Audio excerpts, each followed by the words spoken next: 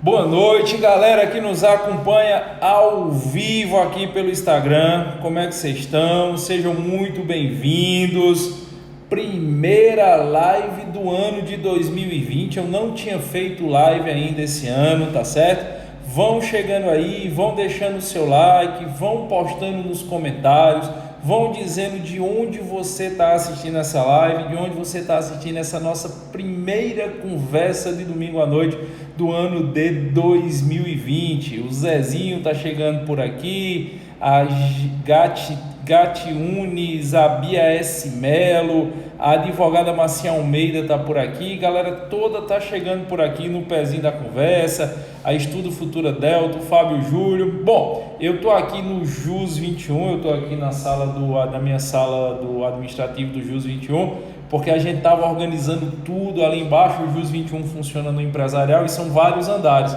Então eu estava ali embaixo onde ficam os estúdios organizando tudo, porque como vocês sabem, amanhã começa a mega revisão do JUS 21 para a galera que vai fazer prova da primeira fase do 31º exame unificado. Então eu estava aqui com a minha equipe técnica que domingo à noite está trabalhando para deixar tudo pronto para que amanhã a gente possa fazer uma transmissão ao vivo, show de bola. A gente começa amanhã, dia 27, e vai até a véspera da prova da primeira fase com a nossa revisão no alvo, a mega revisão.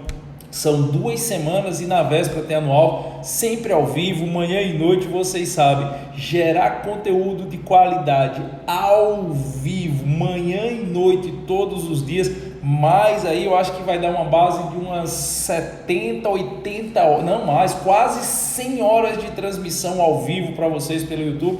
Não é tarefa fácil, mas a nossa equipe aqui do JUS 21 está empenhada domingo à noite para que amanhã essa fuleiragem que vos fale possa começar a transmissão a partir das 8h30, tá? E se você ainda não é inscrito na mega revisão JUS 21, vai no nosso site jus21.com.br, faz a sua inscrição. Tem gente perguntando assim, mas PLGG, se a transmissão é pelo YouTube, eu preciso me inscrever no site do JUS 21 para quê? Eu só assisto se tiver inscrito? Não, óbvio que não. Mas lá quando você faz sua inscrição no site do JUS 21, você recebe todos os materiais das aulas da mega revisão para você acompanhar com o material em mãos. Você recebe também o e-book de questões e ainda tem algumas surpresas que eu não vou dar spoiler e só vai saber quem entrar no nosso site e se inscrever tanto na mega revisão quanto no alvo, beleza? Então por isso que eu estou aqui no JUS 21 hoje à noite. Termina essa live, eu vou ainda dar o retoque final para que amanhã a gente tenha uma excelente mega revisão para você. Lembrando, você não precisa estar inscrito para assistir, mas se você se inscrever, é claro que você tem acesso a um bocado de material complementar que vai ajudar demais, tá bom? Olha a nossa amiga Kátia Marinho aqui. Boa noite, Kátia. Como é que você tá? Kátia, que foi nossa aluna aqui, que passou aqui pelo JUS 21 e hoje é advogada lá no Ceará. Bom, galera, mas vamos lá. O tema da aula de hoje, amanhã a gente vai falar para o AB, tá? A partir de amanhã, 8h30 da manhã, você vai fazer o AB, fica ligado aqui com a gente que a gente vai falar de OAB. Mas hoje o tema que me traz aqui não é um tema afeto a essa prova da OAB. Eu vou começar aos poucos conversar com vocês acerca do pacote anticrimes, tá? O pacote anticrimes que é composto por 2 leis. A Lei 13.964 de 2019 e a Lei 13.968 também de 2019. A 13.968 entrou em vigor no momento da sua publicação e a 13.964 entrou em vigor 30 dias depois, entrou em vigor essa semana. E muita gente me questionava, quando saiu o pacote anticrimes, muita gente me questionava por que eu não estava fazendo live sobre o pacote anticrimes, por que é que eu não tinha gravado aulas ainda sobre o pacote anticrimes. Eu vi muita gente correr aí para vender curso do pacote anticrimes, para fazer live. E assim, cara, você vai ficando um pouco mais experiente. Eu acompanho o direito penal há mais de 20 anos. eu acompanho o dia a dia da nossa jurisprudência, eu tô ligado no STJ e no STF todo dia, eu vivo escrevendo sobre direito penal, e com o tempo a gente acaba pegando uma certa malícia, a gente acaba pegando, não sei se o nome correto seria malícia, mas eu acho que a gente acaba pegando um certo feeling. Eu acho que o termo correto é esse aí, um certo feeling. E a gente sabe que uma coisa de um impacto desse tamanho, ele ia ter algum podamento por parte da jurisprudência. E eu ficava dizendo para todo mundo, eu digo, galera, tenha paciência. Até o final de janeiro a gente vai ter um bom cenário do que vai ficar o pacote anticrimes. Está terminando o recesso do STF, o presidente do STF esse ano vai ser o Fux, o Dias Toffoli não vai ter moral para tentar barrar algumas coisas que tem lá, enfim, a gente conversava isso, dito e feito. O Dias Toffoli suspendeu por 180 dias um trecho específico do pacote anticrimes, que foi o juiz de garantias, e o Fux chegou numa decisão liminar de ADI, inclusive eu vi muita gente dizendo, PLGG, pode liminar em ADI? Pode. Está cansado de ter liminar em ADI aí para torta e a direita. ADI é ação declaratória de inconstitucionalidade. Ele, numa liminar em ADI, suspendeu indefinidamente não só a figura do juiz de garantias, mas suspendeu aquela questão do arquivamento do inquérito policial, o expoente próprio do Ministério Público, suspendeu aquela questão da ilegalidade da prisão se a audiência de custódia não for realizada em até 24 horas, que era quase inexequível em grande parte do território brasileiro, e suspendeu também aquela historinha de que o juiz que de alguma forma tivesse contato com provas consideradas inaceitáveis no processo, ele não poderia dar continuidade no processo, que isso era uma outra coisa, obviamente, direcionada ao meu sentir, para invalidar muitos atos da Operação Lava Jato. E aí o Fux veio, decretou a suspensão específica desses 4 pontos. A suspensão desses 4 pontos corresponde mais ou menos aí a 22% de todo o pacote anticrimes.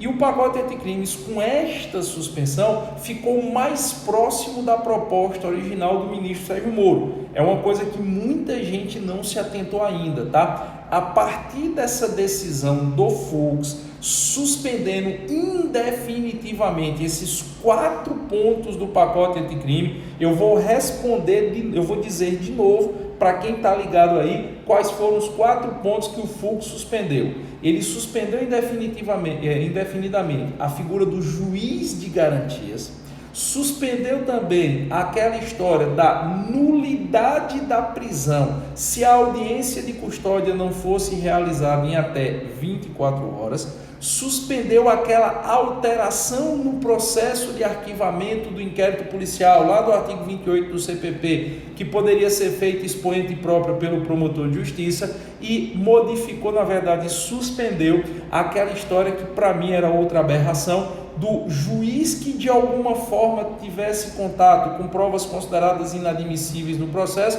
ele ficaria impedido de dar continuidade à apreciação do feito. E eu sempre dizia que isso era absurdo, porque bastava alguém agir de má fé, bastava alguém botar no meio de 300, 400, 500 provas juntadas a um processo, uma prova escancaradamente ilegal só para inviabilizar a continuidade do magistrado. Quando o Fux decretou a suspensão desses 4 pontos, houve uma espécie de poda na lei anticrime, e aí o projeto anticrime ficou mais parecido, não ficou idêntico, não ficou igual, mas ficou ali uns 70% daquilo que tinha sido proposto pelo juiz e hoje ministro da Justiça, Sérgio Moro. Ficou, vamos dizer assim, mais próximo do que o ministro Moro desejava e mais distante da proposta original lá de 2017 do senador da Rede Solidariedade, o senador Randolfo Rodrigues. Bom, a partir daí, agora sim, nós temos um cenário onde nós podemos trabalhar o projeto de crime, onde nós podemos imaginar o que é que vai servir para o ano de 2020. Por quê? Porque essa suspensão do Fux, 22% de uma lei é muita coisa, essa suspensão do Fux, ela tem só um jeito de cair. Na verdade, 2 jeitos de cair. Qual seria o primeiro? Se viesse um outro ministro em uma outra decisão liminar, contrário, que eu não acredito que vai acontecer, porque isso vai de encontro ao regimento interno do STF, ou se for pautado, a decisão final vai ter que ser do pleno do STF. vai ter que ser pautado. E eu não acredito, com todo respeito, mas mais uma vez, é uma questão de feeling, é uma questão de percepção, de tanto tempo que a gente lida com direito penal. Eu não acredito que o Dias Toffoli venha a pautar. Eu vou até dizer que eu acho que vai faltar coragem para o Dias Toffoli pautar isso antes dele sair da presidência do STF. Para quem não sabe, o Dias Toffoli sai da presidência do STF em novembro e o seu substituto natural é o ministro Fux. E Toffoli está sob uma pressão tão gigantesca, Toffoli está levando porrada de tanto lado. E há quem diga que Toffoli está muito preocupado também na sua autopreservação. É tanto que Toffoli voltou atrás de uma série de decisões que ele levou porrada no final do ano. A decisão do DPVAT é uma delas. O Toffoli pagou para ver com a decisão do DPVAT e não sustentou, também foi a pressão. Então eu não acho que o Dias Toffoli vai pautar. E aí acho que isso só vem a ser pautado em 2021, já sobre a presidência do Fux. Então agora sim, agora nós temos um cenário onde nós podemos ter uma noção do que vai ficar a letra da lei, nós podemos ter uma noção do que efetivamente vai ser empregado. Inclusive, muita gente me perguntou, professor, para os concursos de 2020, para a próxima prova da OAB, porque o pacote anticrimes não cai no 31º exame unificado. O pacote anticrimes só cai para o pessoal a partir do 32º. Inclusive, eu estou dizendo para todo mundo, vai fazer o 31º exame? Passe agora, porque senão você vai ter que reestudar o direito penal e o processo penal para o 32º exame unificado. Então muita gente perguntando, eu preciso estudar isso que está suspenso? Não, você não precisa. É por isso, mais uma vez, aqui no JUS 21 nós temos uma preocupação muito grande em não fazermos nada de forma sodada, de não fazermos nada no oba-oba. Muita gente dizendo, por que é que tu não lança um curso do pacote anticrimes? Por que é que tu não grava logo as aulas de Delta 2020 dentro do pacote anticrime? Eu disse, cara, porque não adianta. Tu vai comprar um curso do pacote anticrime dia 2 de janeiro, quando chegar dia 30 de janeiro ele não serve para você.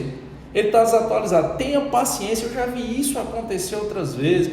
Tenha paciência. Aí a galera, pai, por que tu não quer fazer não sei o quê? Bom, tá aí mais uma vez a nossa percepção. De vez em quando as pessoas vão muito no oba-oba e acabam criando algo que é extemporâneo e intempestivo. Aqui no JUS 21 a gente prefere fazer as coisas com mais calma, até porque todo mundo quer ganhar dinheiro, né? Mas a gente não quer ganhar dinheiro a qualquer custo, de todo jeito. A gente quer ganhar dinheiro de uma forma mais centrada, de uma forma mais balizada. Então, para você que vai fazer prova de delegado, de agente de polícia, de MP, você vai fazer prova do OAB no 32º exame em diante em 2020, você não precisa estudar, não precisa estudar os pontos do pacote anticrime que estão suspensos. Isso já elimina aí no mínimo 20% do seu trabalho. Tá bom? Se você estudar, você vai estar perdendo tempo e vai estar endurando cabeça. Isso elimina 20% do seu trabalho. Agora, os demais pontos, nós precisamos estudar, só que com um alerta. E aí eu queria que você prestasse bem atenção no que eu vou lhe dizer. Porque talvez isso seja o grande calcanhar de Aquiles da turma ao longo do ano de 2020. Nós temos o cenário. Nós sabemos hoje o que vai ficar, de novo, nós sabemos hoje o que vai ficar no pacote anticrime, show de bola. Agora a gente já pode começar a estudar, já pode começar a gravar aula, já pode começar a escrever livro, enfim. Só que o que está na letra da lei, ele vai ser aos poucos lapidado pela jurisprudência, principalmente do STJ, ao longo de 2020. Escute o que eu estou falando. Agora, final de janeiro e fevereiro, é o momento de você aprender o que está na letra da lei. É o momento de você aprender o que está escrito e válido. E depois que você aprender o que está na letra da lei, você precisa ficar ligado ao longo do ano, porque sem sombra de dúvida, o STJ principalmente, ele vai ter que dar um polimento, eu não chamo tolher, mas polir, ele vai ter que dar um polimento, ele vai ter que aparar certas arestas que o nosso legislador deixou. Vocês sabem, eu já disse isso várias vezes e não me custa repetir, o nosso legislador não é bom para fazer leis. O Congresso Nacional, ele faz leis, as leis são feitas no Congresso Nacional por pessoas que não entendem de direito penal. A nossa técnica legislativa é muito ruim. Quando eu falo técnica legislativa, eu falo do Congresso Nacional. ela é muito ruim. Então, a redação do pacote anticrimes, em muitos pontos, ela é uma redação falha e equivocada. Ela é uma redação falha e equivocada porque ela é uma redação que deixa margem a uma duplicidade de interpretações. E uma das regras mais basilares do direito penal é a taxatividade. O mestre Nelson Hungria costumava dizer o seguinte: a melhor lei penal é aquela que o mais simples dos homens, até o mais estudioso dos homens, seja capaz de entendê-la com uma primeira leitura. Essa frase não é minha, tá? Para ninguém dizer que eu estou me apropriando de frases dos outros. Essa frase é do professor Nelson Hungria. E Hungria dizia isso lá no primeiro capítulo do primeiro volume do livro dele. O mais simples dos homens e o mais estudioso dos homens, ele precisa ser capaz de ler uma lei penal e entender de primeira. É assim que as leis penais devem ser feitas. Mas infelizmente no Brasil a taxatividade não é muito respeitada. Então existem contradições e o nosso legislação penal é uma coxa de retalho. Você mexe num canto, você altera 20 outras coisas. Então tem muita coisa no pacote anticrimes que vai precisar ser lapidado, principalmente pelo STJ. E por que pelo STJ? Porque não há aqui inconstitucionalidade gritante no que ficou no pacote anticrimes. As inconstitucionalidades, para mim, foram suspensas pelo Fux. O que está dentro do pacote anticrime, para mim, não ofende a Constituição. Se não é questão de mérito constitucional, nós vamos fazer o quê? Nós vamos recorrer ao STJ.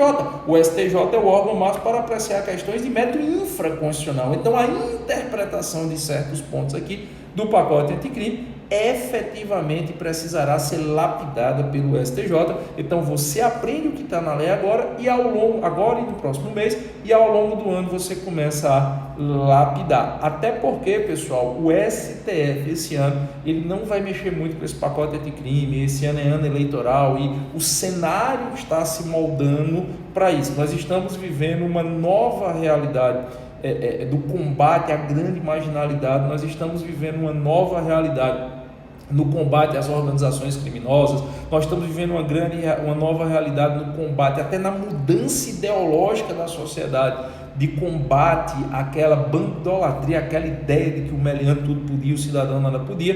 E esse pacote anticrime, em sua grande parte hoje, com as devidas suspensões feitas pelo Fux, ele é um instrumento muito eficaz, não, porque lei por si só não muda nada, mas ele é um instrumento sólido, vamos dizer assim, se bem aplicado, para dar continuidade a esse combate. Beleza? Feitas essas considerações, nós vamos doravante tratar de um ponto específico, que foi o ponto que mais me perguntaram até agora. Ao longo das próximas lives eu vou falar da legítima defesa no caso do sniper, vou falar da questão do perdimento de bens, porque envolve também a parte de direito tributário, vou falar na nova regra de unificação de pena para atender o limite de 40 anos, que mexe com súmula do STJ e do STF, vou falar aqui dos crimes em espécie, mas inequivocamente a coisa que mais está dando pano para manga em termos de dúvida é a questão da progressão de regime em crimes hediondos.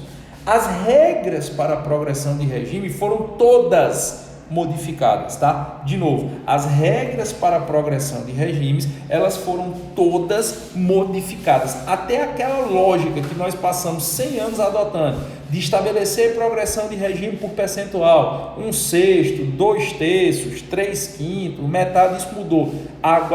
Por fração, desculpe. Agora é por percentual, agora se trabalha com 16%. A menor progressão de regime que nós temos é com 12,5%, aí depois 16%, 20%, 25%. Até a forma de pensar para tirar de fração e jogar para percentual foi modificada. E tudo de progressão de regime mudou. Mas o que gera mais dúvida é a progressão de regime em crime hediondo. As pessoas simplesmente não estão sabendo calcular a progressão de regime doravante em crime hediondo. É bom que se diga, tudo que eu falar só se aplica aos crimes hediondos praticados da entrada em vigor da Lei 13.964 para frente. Trata-se de uma norma penal mista, mas ainda uma norma penal maléfica ao réu, ela não retroage.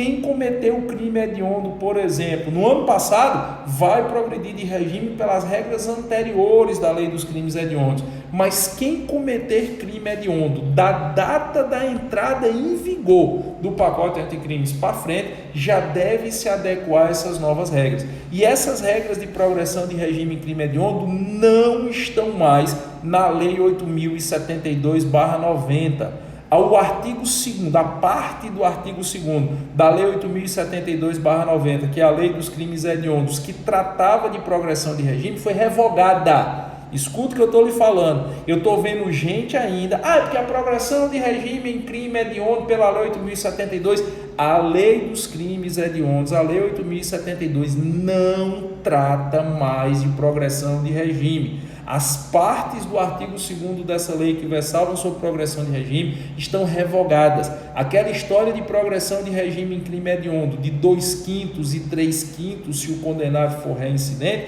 é para os crimes hediondos anteriores à vigência da nova legislação. Daqui para frente, as regras a serem adotadas é as que estão no artigo 112 da LEP. Se você vai estudar a progressão de regime em crime hediondo, anote esse artigo.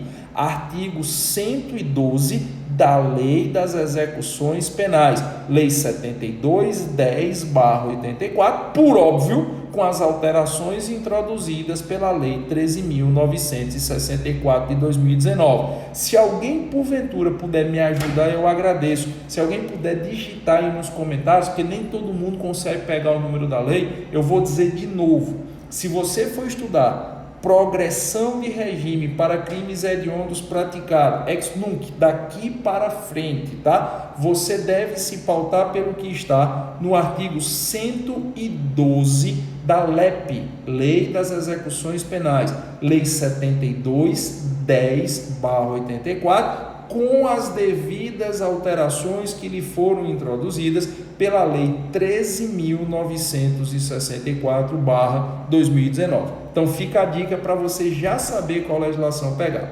E aí o que é que está previsto lá? Bom, nós temos, eu anotei aqui para ficar mais didático, eu fiz um esqueminha, inclusive esse esqueminha que eu fiz aqui para o meu livro, eu vou disponibilizar para a galera do JUS 21, todos que são a professora Natália Barroca, muito obrigado aí, a nossa professora aqui do JUS, Natália Barroca, nos acompanhando e nos ajudando, muito obrigado. Todo mundo que for matriculado nas turmas de polícia do JUS 21 vai receber esse esqueminha que eu estou trabalhando nele. Hoje, 5 horas da manhã eu estava trabalhando nele, e aí ao longo da semana eu termino e disponibilizo na área do aluno do JUS 21, tá bom? Inclusive quem já é aluno do JUS 21 das turmas do segundo semestre de 2019, no final eu tenho uma surpresa para vocês. Então vamos lá, vamos pegar aqui o crime hediondo. O cara cometeu o crime hediondo próprio ou crime hediondo equiparado? Lembrei de um detalhe. O rol dos crimes hediondos foi alterado, tá?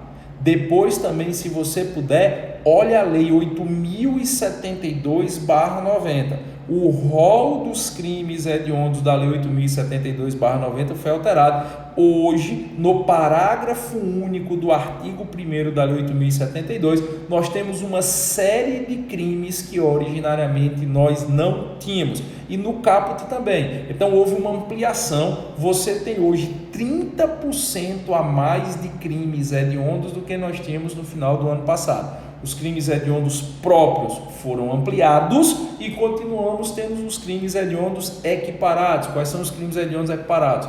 Tortura, terrorismo e tráfico de drogas.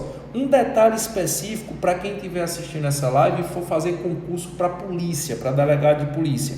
Se você precisar indicar quais são os crimes hediondos próprios, você vai se referir a tudo que tiver listado no artigo 1º, seja no caput ou no parágrafo. Decora essa terminologia, que já caiu várias vezes em concurso de delegado. Crimes hediondos próprios são aqueles que estão listados no artigo 1º da Lei 8.072/90, por óbvio, com as devidas alterações do pacote anticrime, seja no caput, seja no parágrafo 1º. Crimes hediondos equiparados são os do artigo 2º, os famosos 3 T's: tortura, terrorismo e tráfico de drogas. E por que é que eu fiz questão de abrir esse parênteses? Por 2 motivos.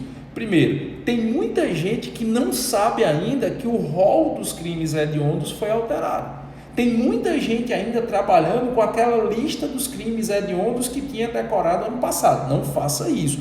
O rol dos crimes hediondos foi ampliado em quase 30%. E um segundo detalhe, eu já vi, o que eu vou falar aqui é com todo o respeito, todas as vênias, eu não quero criticar seu ninguém, eu apenas estou dando um alerta que eu julgo pertinente aos meus alunos, tá bom? Eu vi postagem nas redes sociais nas últimas semanas, onde a postagem dizia assim: crimes hediondos equiparados. Aí fazia referência ao parágrafo do artigo 1º. Se você botar isso numa prova, principalmente numa prova discursiva, numa prova oral, você erra.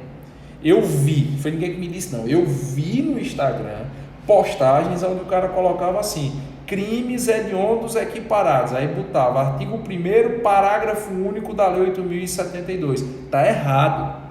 Crimes hediondos equiparados são apenas 3: tortura, terrorismo e tráfico de drogas. Os crimes hediondos próprios são todos do artigo 1º, seja do caput, seja do parágrafo, ok? Partindo da premissa que você sabe que os crimes hediondos foram alterados, como é que ficou a progressão de regime, para o próprio e para o equiparado? Primeiro, eu tenho uma regra geral estabelecida pelo legislador. Eu estou lendo aqui porque eu não sei decorar ainda os percentuais para não dar errado para vocês.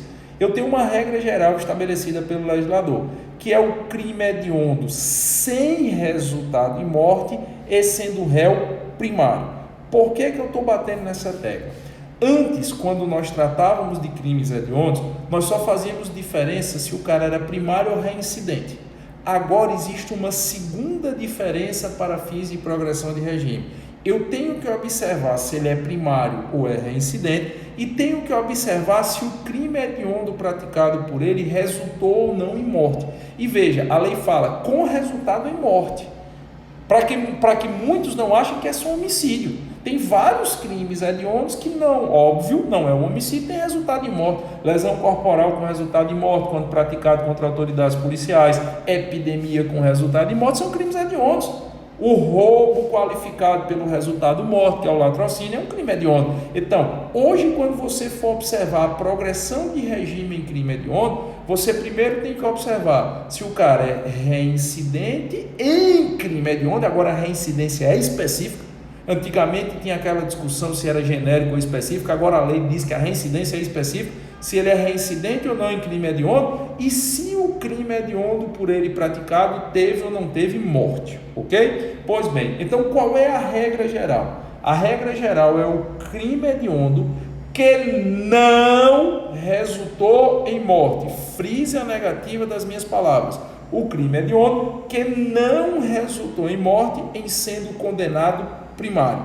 Nesse caso, a progressão de pena dele dar-se-á com 40% de cumprimento do regime originário.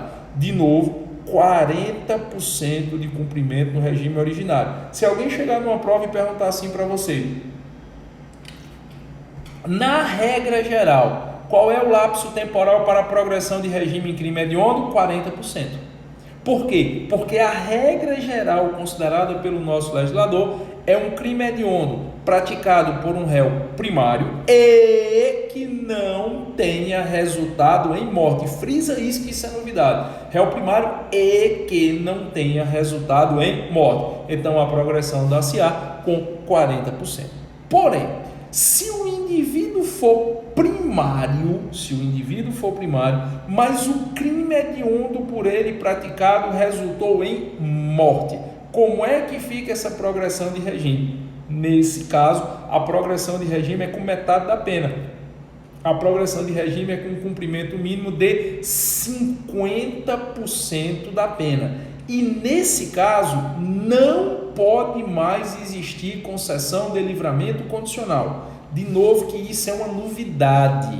Se o cara for condenado por um crime hediondo, sendo ele primário, mas o crime hediondo por ele praticado resultou em morte, a sua progressão de regime será com o cumprimento mínimo de 50% da pena no regime originariamente sentenciado. E nesse caso, ele não tem direito a livramento condicional. De novo, nesse caso, ele não tem a possibilidade de livramento condicional. O pacote anticrime mudou também o artigo 83 do Código Penal. Vamos traduzir essas duas colocações iniciais através de um exemplo que pode cair na sua prova. Vamos imaginar que a sua prova diga o seguinte: o indivíduo réu primário foi condenado por tráfico de drogas nos termos do caput do artigo 33 da Lei de Drogas. Eu estou especificando qual é o tipo penal, porque daqui a pouco eu vou dar um bizu adicional. Está lá na sua questão. O indivíduo, no mês de janeiro de 2020, praticou tráfico de drogas, caput do artigo 33 da Lei de Drogas,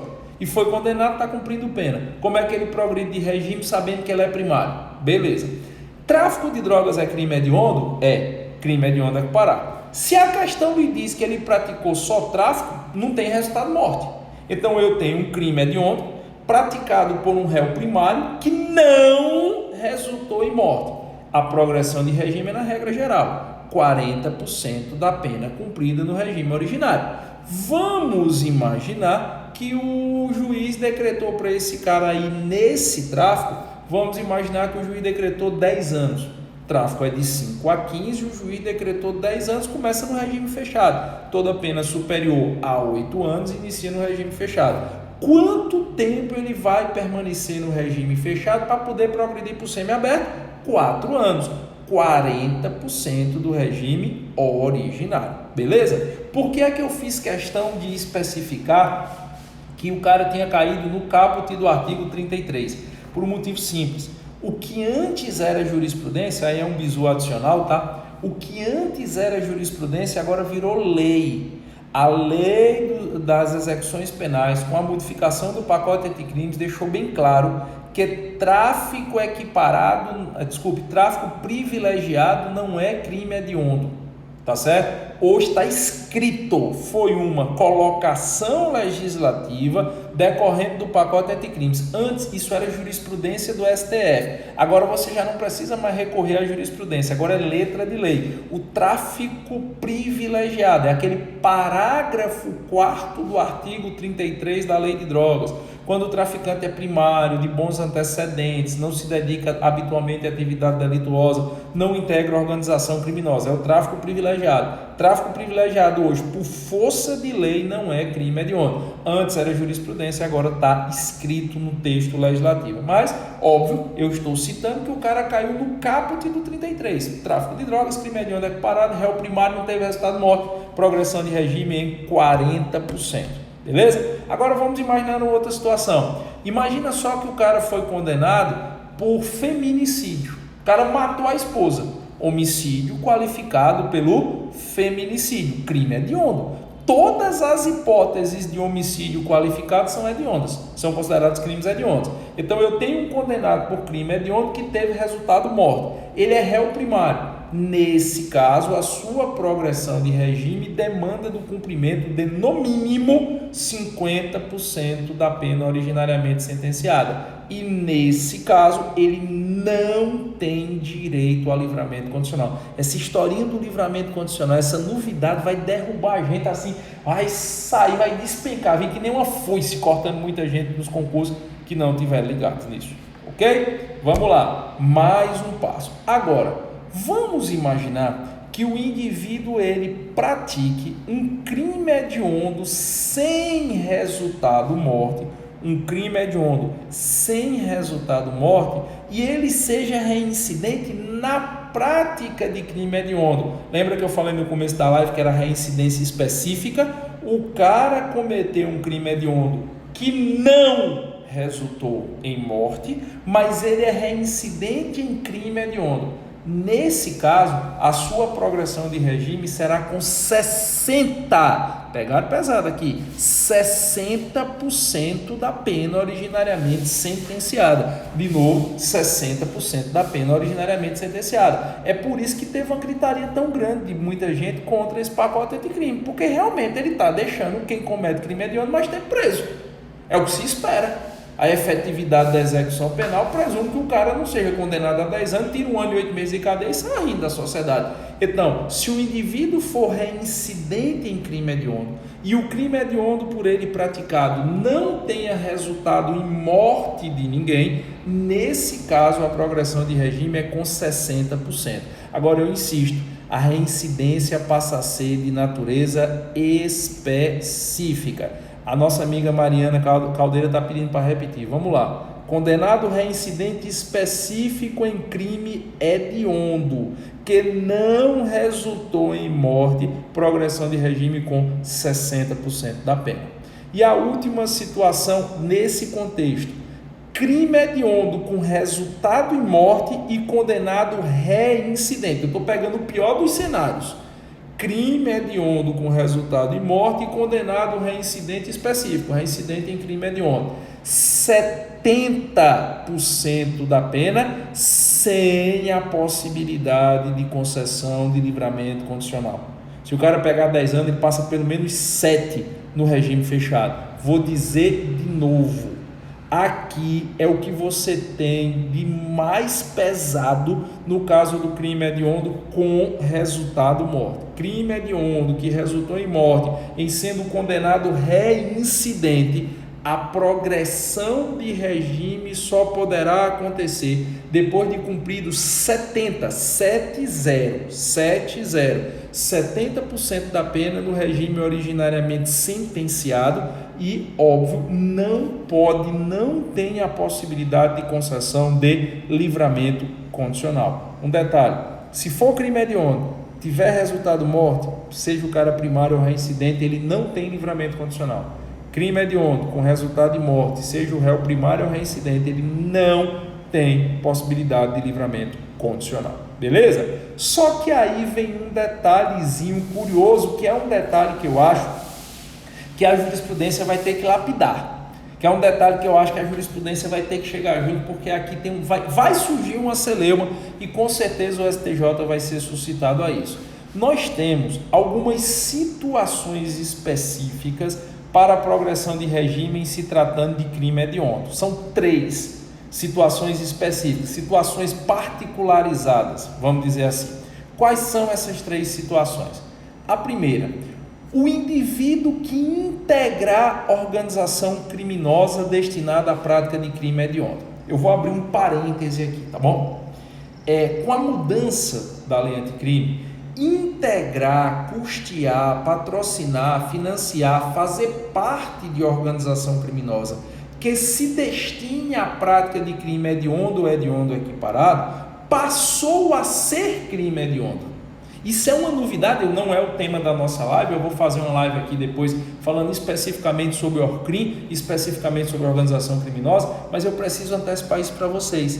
Nós agora passamos a ter uma figura de hediondez para todos aqueles que integrarem a organização criminosa, se essa organização criminosa se destinar à prática de crimes hediondos. Aí tem gente que diz, mas isso não é bis in idem? Não é. Integrar a organização criminosa é crime formal, é crime de perigo abstrato. Se o cara integra uma organização criminosa e no contexto dessa organização criminosa ele comete um crime hediondo, ele responde por fazer parte da organização e pela prática de crime hediondo. Se ele integra uma organização criminosa destinada à prática de crime hediondo, mas ele é preso antes de efetivamente praticar o crime, ele responde pelo delito de integrar a organização criminosa. Então, cuidado. Giovanni, todo mundo que fizer parte de um ORCRIM incorre em crime hediondo, fazer parte de organização criminosa já caracteriza a natureza de hediondez? Não caracteriza. A Lei 8.072 é específica.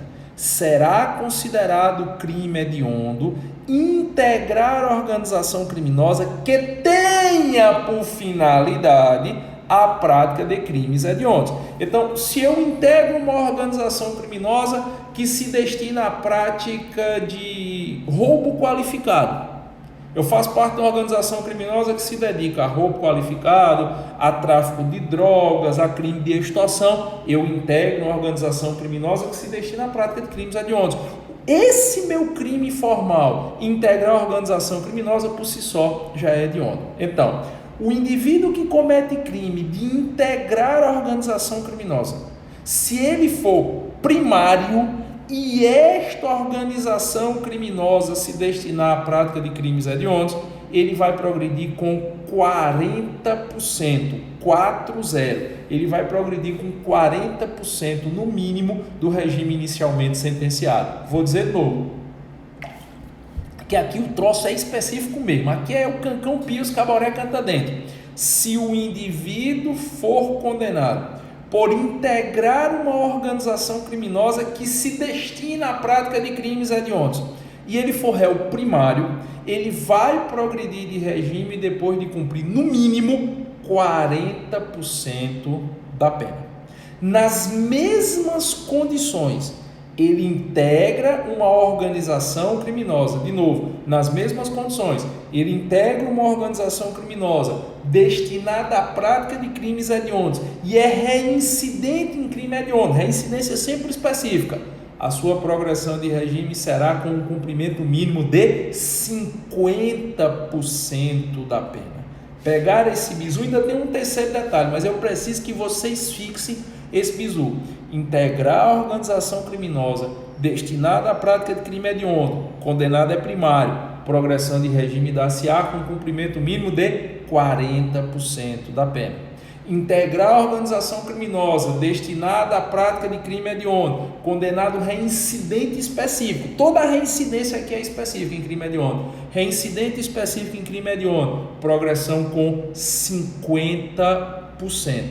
Agora vê o pulo do gato.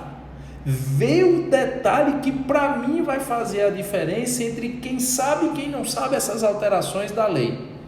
Se esse cara que integrar a organização criminosa, ele for chefe, ele for líder, ele exercer poder de comando, ele exercer poder de liderança, aquela famosa teoria do domínio funcional do fato adotado pelo STF, o cara integra a organização criminosa destinada à prática de crime hediondo, mas fica comprovado no curso do processo que ele era chefe, ele era líder, ele tinha condição de mandar e desmandar, ele tinha efetivo poder de comando em relação à organização criminosa. Neste caso, tanto faz ele ser primário quanto ele ser reincidente, ele só progride depois de cumprido 60% da pena, tá bom? De novo, eu acho que aqui a regra da proporcionalidade não foi satisfeita, mas é isso que está na letra da lei. O cara integra organização criminosa. Esta organização se destina à prática de crime hediondo e fica provado no curso do processo que ele é chefe da organização, que ele é líder, que ele é gerente, que ele tem efetivo poder de mando e de decisão. Neste caso, tanto faz ele ser primário ou ele ser reincidente. A sua progressão de regime será sempre com 60% no mínimo da pena cumprida no regime originariamente sentenciado. E aqui onde é que eu acho que vai entrar uma discussão forte no STJ? Na verdade, duas discussões, deixa eu ver a hora aqui, dá tempo ainda, duas discussões que eu acho que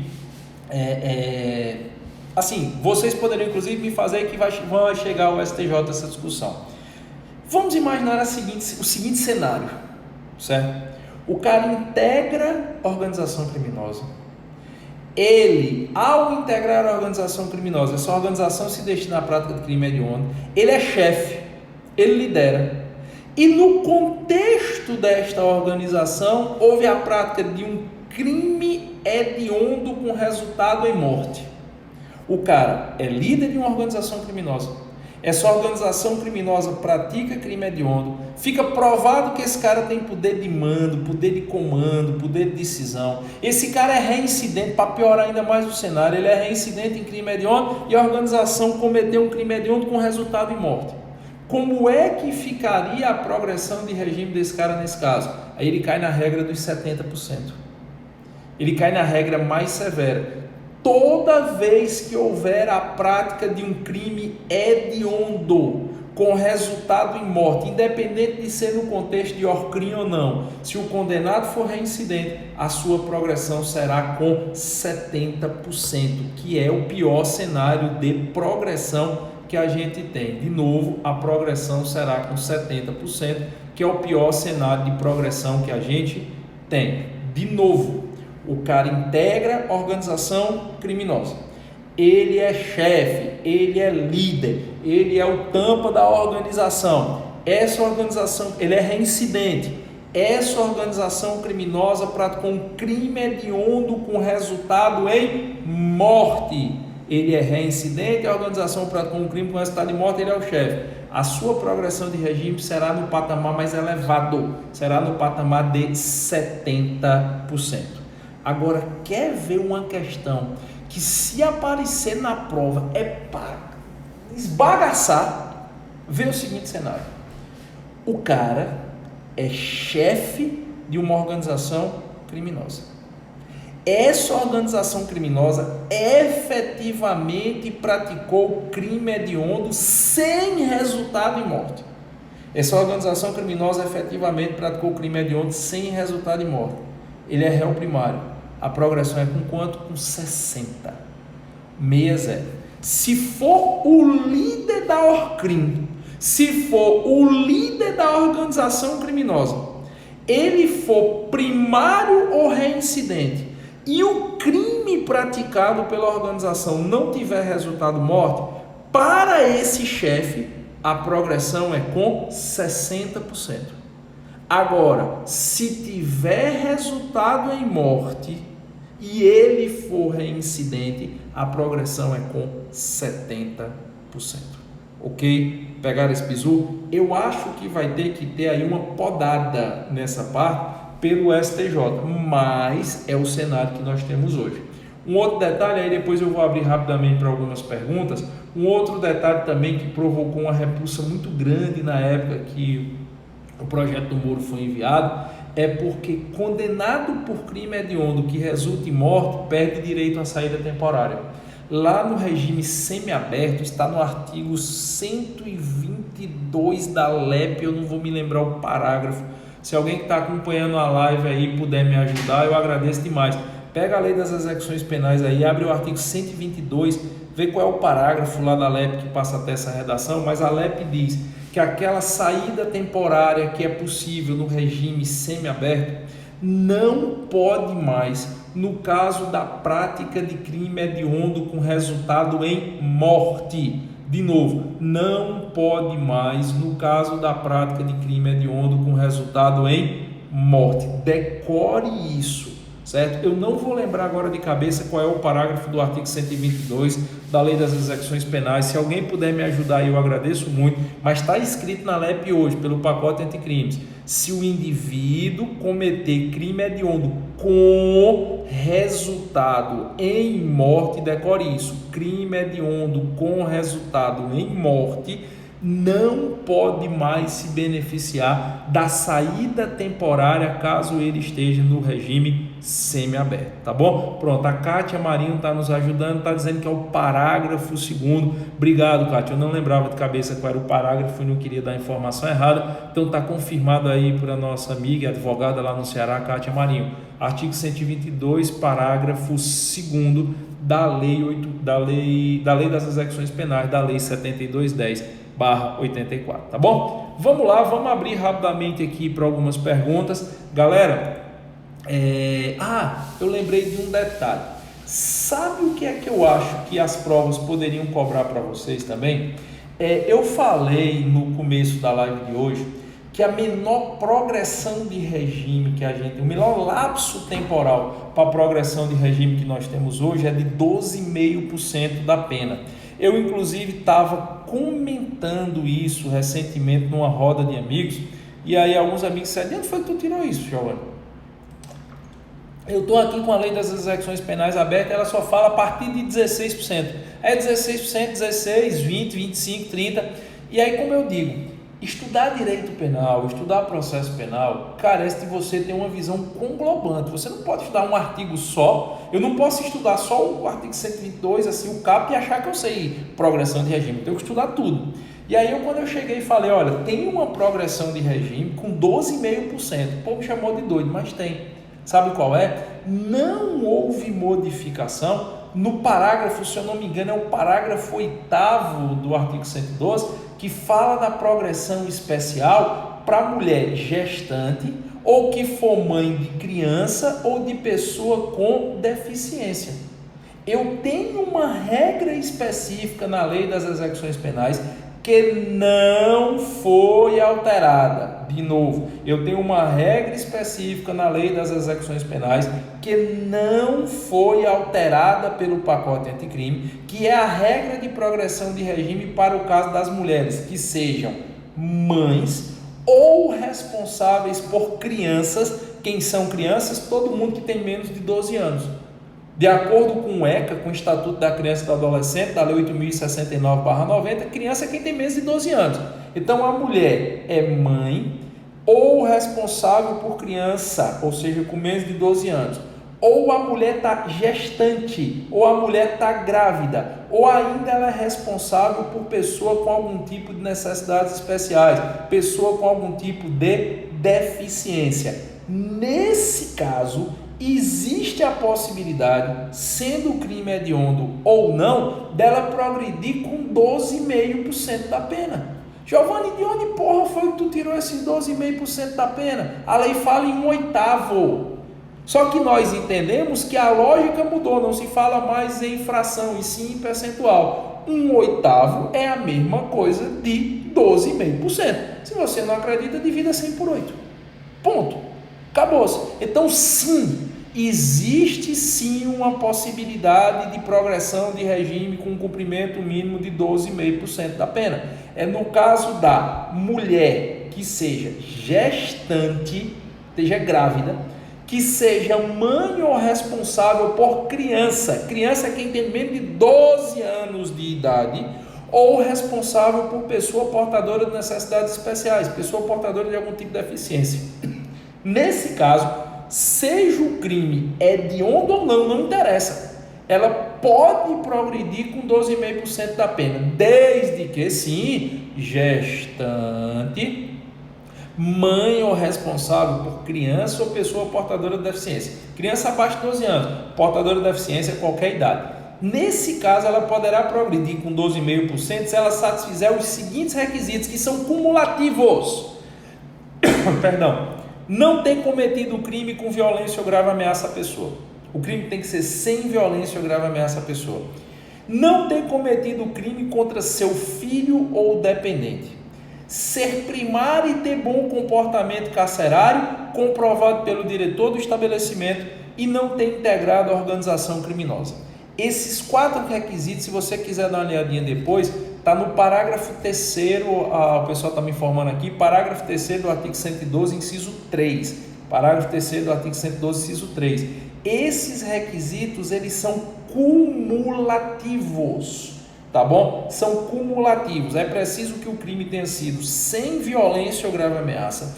O crime não pode ter sido cometido contra seu filho ou dependente. Ela tem que ser primária e ter bom comportamento carcerário, comprovado pelo diretor do estabelecimento, e não ter integrado a organização criminosa.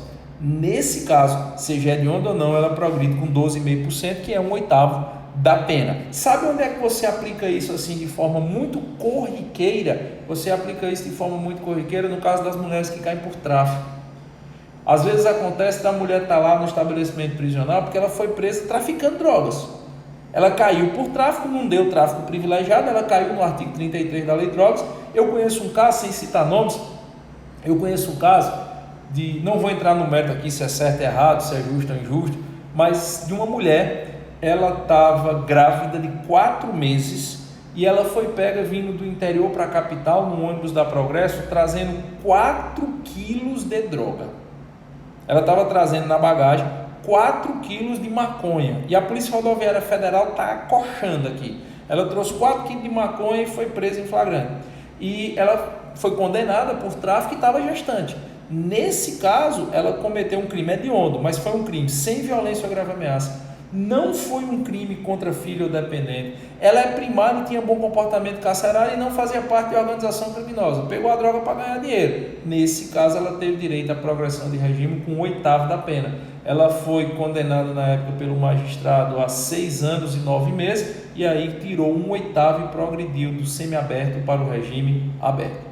A Gisele está perguntando, e no caso do infanticídio? O infanticídio não pode, Gisele, porque o infanticídio é um crime contra o filho ou dependente. O que é infanticídio? É a mulher em estado puerperal matar o próprio filho. E um dos requisitos para você ter essa progressão com 1/8 é que o crime não seja praticado contra filho ou dependente. Beleza? Bom, nosso tempo está já acabando aqui. Eu estou olhando para o relógio aqui, para o cronômetro, eu tenho mais 3 minutos. Então, eu queria de cara agradecer demais a gentileza de vocês, a paciência, acompanhar nossas lives. Essa lei mudou muita coisa. Eu estou muito, como é que eu posso dizer assim, eu estou muito empolgado estudando a lei. É muita modificação, é muita alteração. A Renata está dizendo, professor, e quando a reincidência não for específica em crime hediondo? Aí cai na regra geral do crime não hediondo. Tá bom que a gente não comentou hoje, porque o tema era só crime hediondo, Renata. Depois eu falo a progressão em crimes não hediondos. Então eu estou muito empolgado estudando essa lei, eu gosto muito, assim, eu tenho um negócio, se eu começar a estudar um negócio, eu vou estudar, eu estou escrevendo muito sobre ela. Muitos alunos que estão matriculados no Projeto Delta 2020, inclusive eu queria agradecer também a confiança de vocês, eu tive dando uma olhadinha hoje para essa turma do Projeto Delta, agora nós começar a live, tínhamos 9 vagas só. Vocês sabem que no Projeto Delta tem mentoria, tem material, tem e-book, tem tudo, é uma estrutura muito grande. Todo aluno que se matricula aqui no JUS 21, ele recebe uma estrutura muito grande de apoio, que vai de mentoria, de e-book, todo mês eu invento uma novidade. Meu sócio vive tirando onda comigo, porque ele disse que a gente só trabalha para sustentar o Projeto Delta aqui. Porque, por exemplo, agora eu mandei fazer um e-book, eu gastei quase 50 mil reais para fazer um e-book de questões para o pessoal do Projeto Delta e dei de graça. Quando eu apresentei a nota fiscal a Maurício quase que morre. Eu disse, tu gastou quanto, macho, sobre isso aqui? Eu disse, 50 mil, isso tu é doido. Pai, tu vai vender por quanto? Eu disse, eu não vou vender por nada, eu vou deixar de graça para o povo do Projeto Delta. Então a estrutura é muito grande e por isso que a gente precisa, obviamente, limitar a quantidade de vagas. E aí eu agradeço mais, eu olhei agora, faltavam só 8 vagas para lotar o Projeto Delta. Mas quem é aluno das turmas 2019.2 do JUS 21, Projeto Delta e Projeto Alfa 2019.2, quem comprou o curso ali em junho, julho, agosto, setembro, outubro do ano passado, dá uma olhadinha aí, por favor, na tua área do aluno do JUS 21, que tem um presente para você, tem uma surpresa. Tem muita gente ainda dizendo assim, Giovanni, o pacote anticrime, eu vou me atualizar, eu vou perder, não faça isso comigo. Meu irmão, quem é aluno do JUS 21? Quem conhece a mim e a Maurício, sabe que se a gente não ajudar, a gente não atrapalha um aluno. Olha, é porque talvez você não nos conheça, mas pergunte a quem nos conhece, pergunte a quem já foi aluno do JUS 21 aqui, pergunte a qualquer pessoa, eu sempre digo, eu sempre dou minha cara a tapa, pergunte a quem já foi aluno do JUS 21, se eu e o Maurício, a gente não ajudar você a atrapalhar, eu não vou. Tá certo? Se eu não puder fazer, claro, isso é uma empresa privada, tem que ganhar dinheiro, a gente tem conta para pagar, eu tenho 100 professores hoje dentro do JUS 21, 42 funcionários, são 150 famílias que dependem do JUS 21, inclusive a minha e a de Maurício, mas eu quero ganhar dinheiro de uma forma que eu possa chegar e dar minha cara a tapa, e se eu estiver mentindo, alguém entrar na live e dizer, não, é mentira. Esse cabo não faz isso não, eu digo é dúvida, então eu quero sempre ter essa tranquilidade. E aí, pessoal, o pessoal perguntando e eu não podia disponibilizar o que eu não tinha. Como é que eu ia gravar um negócio que eu não sabia o que ia ficar? Mas agora, para a galera que está matriculado nas turmas ali, que comprou o Projeto Delta e o Projeto Alfa ano passado, a partir do meio do ano, eu não posso fazer milagre para todo mundo, mas ali em julho, agosto, setembro, entre na sua área do aluno que tem uma surpresa para você. PLGG, mas vai vencer meu curso. Entre na sua área do aluno, tem um aviso de coordenação e tem uma surpresa para você. E você que vai começar o Projeto Delta agora para 2020 no JUS 21, tem mais 9 vagas. 9 vagas. Terminou, acabou, a gente esgota. 9 vagas. Entre no site do JUS 21, que eu tenho certeza que a gente vai lhe ajudar a virar delegado de polícia, beleza? E você que vai fazer OAB, prova do 31º exame unificado. Vou repetir, eu estou aqui no Jus porque para deixar tudo preparado, porque amanhã, a partir das 8h30 da manhã, horário de Brasília, começa a mega revisão. De novo, começa a mega revisão Jus 21 e começa comigo, Direito Penal. Eu espero todos vocês. Assiste gratuitamente pelo YouTube, mas se eu fosse você, eu me inscrevia na mega revisão no site Jus 21, é de graça, para ter acesso a todo o material que nós separamos para vocês, beleza? Um cheiro para quem for de cheiro, um abraço para quem for de abraço. Eu vou dar o print aqui no final da transmissão, e se você gostou da transmissão, quando eu postar o print, vai lá no meu Instagram e comenta se gostou, para o Instagram mostrar a transmissão e consequentemente mostrar a live para mais pessoas. Valeu, crianças!